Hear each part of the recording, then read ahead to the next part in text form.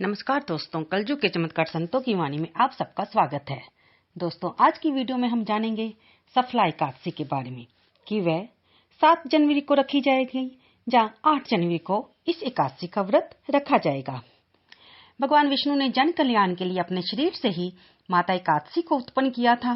भगवत गीता में भगवान श्री कृष्ण ने एकादशी तिथि को स्वयं के समान ही बलशाली बताया है और हर माह की एकादशी का नाम और महत्व अलग अलग है। पौष मास के कृष्ण पक्ष की एकादशी को सफला एकादशी कहते हैं। शास्त्रों के अनुसार सफला एकादशी का व्रत करने से व्यक्ति के सारे कार्य सफल हो जाते हैं।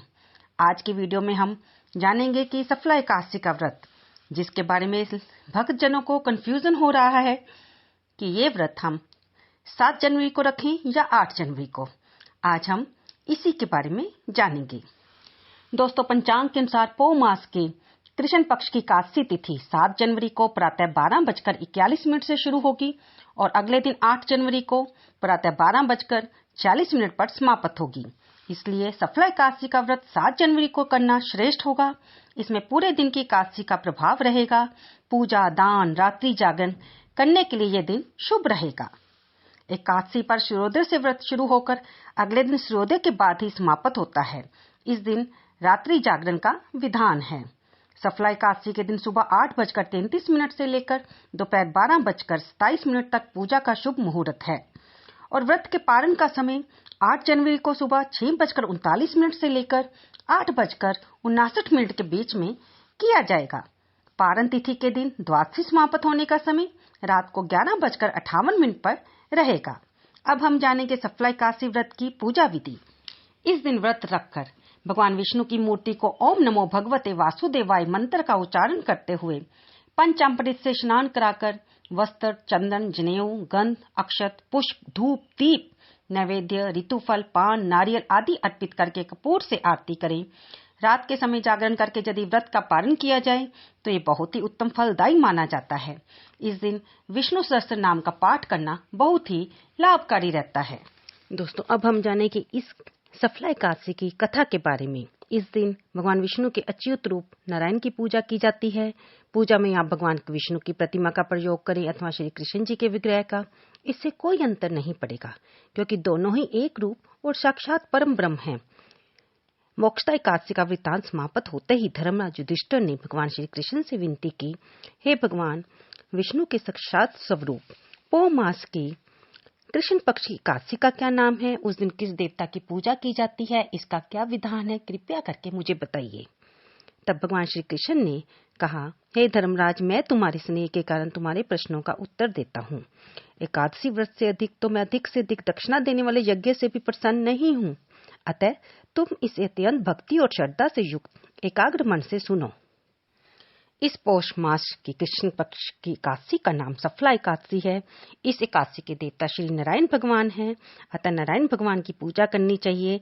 जिस प्रकार नागों में शेषनाग, पक्षियों में गरुड़ और सब ग्रहों में चंद्रमा, यज्ञों में अश्वमेध और देवताओं में भगवान विष्णु श्रेष्ठ हैं, उसी तरह सभी व्रतों में एकादशी व्रत श्रेष्ठ है।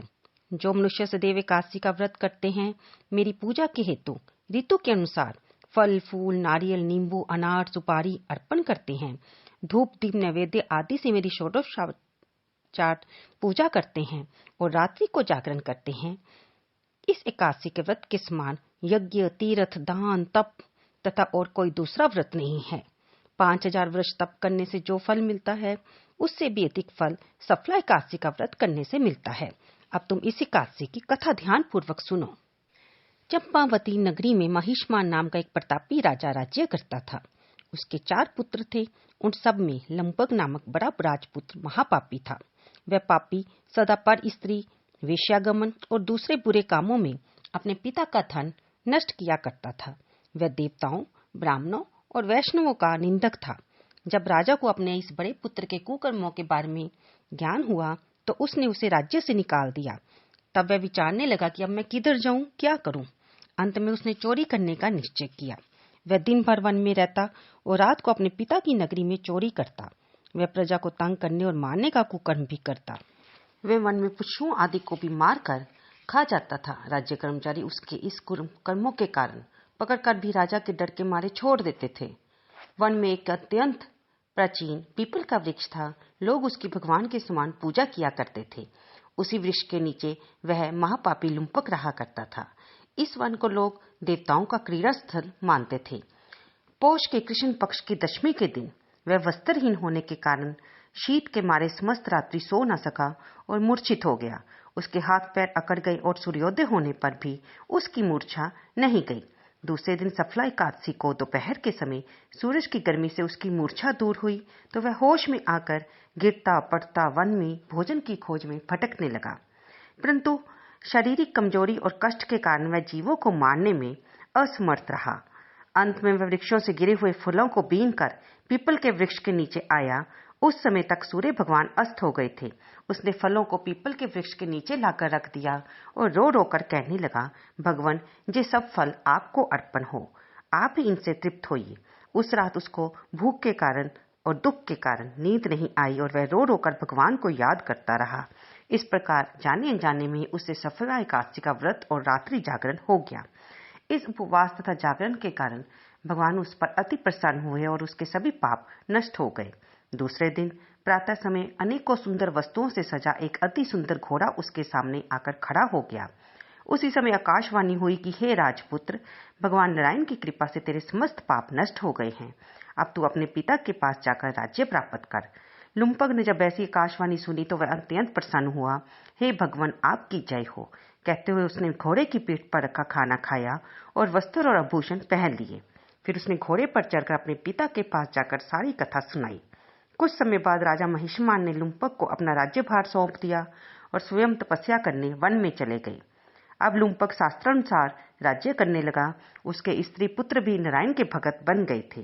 वृद्धावस्था आने पर वे अपने पुत्र को गद्दी सौंपकर भगवान का भजन करने के लिए वन में चला गया और अंत में विष्णु लोक को प्राप्त हुआ।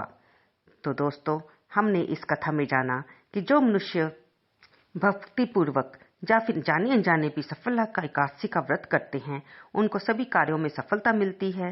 अंत में मुक्ति की प्राप्ति होती है, उनके पाप नष्ट हो जाते हैं। जो मनुष्य इस एकादशी का व्रत नहीं करते, वे पूंछ और सींगों से रहित पशु के समान है। इस सफला एकादशी के व्रत का प्रभाव तो अनंत है ही। इसके महात्म्य के पढ़ने तथा सुनने से ही अश्वमेध यज्ञ का फल प्राप्त होता है। तो दोस्तों, ये थी सफला एकादशी की व्रत कथा। अगर आप व्रत रख रहे हैं तो वो व्रत कथा के बिना बिल्कुल भी संपूर्ण नहीं होता है। इसलिए अगर आप सफला एकादशी का व्रत रखना चाहते हैं तो 7 जनवरी को सुबह स्नान आदि से निवृत्त होकर अपने घर के मंदिर को साफ करके भगवान विष्णु या भगवान राम या भगवान श्री कृष्ण या फिर अपने लड्डू गोपाल जी की सेवा ली हुई है, उनको स्नान करा के उनको षोडशोपचार से पूजा करें और अपने व्रत का संकल्प लें कि मैं अमुक नाम का व्यक्ति इस क्षेत्र से, इस दिनवार को, इस गोत्र से आपका व्रत रखने जा रहा हूँ। प्रभु, आप मेरी मनोकामना को पूर्ण करें। हाथ में जल और थोड़ी सी दक्षिणा लेकर आप ये व्रत का संकल्प कर सकते हैं, जैसा कि हमने पिछले व्रतों की कथा में भी बताया है। उसके बाद भगवान को आप पूजा करके उन्हें प्रसाद अर्पित करें और शाम को भी ये कथा करें, फिर आरती करें और फिर भगवान से अपने व्रत के बारे में जाने अगर कोई भूल हो गई है तो उसके लिए क्षमा प्रार्थना करें। उसके बाद भगवान की आरती करें और रात को अगर आप पूरी रात नहीं जाग सकते तो रात के 12 बजे तक भगवान का मंत्र जाप ओम नमो भगवते वासुदेवाय या फिर भजन कीर्तन या किसी सत्संग में अवश्य जाए।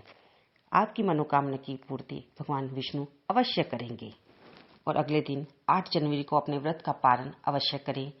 इस समय किसी ब्राह्मण को भोजन कराकर उसे यथाशक्ति दान दक्षिणा अवश्य दे, तभी एकादशी का व्रत संपूर्ण माना जाता है।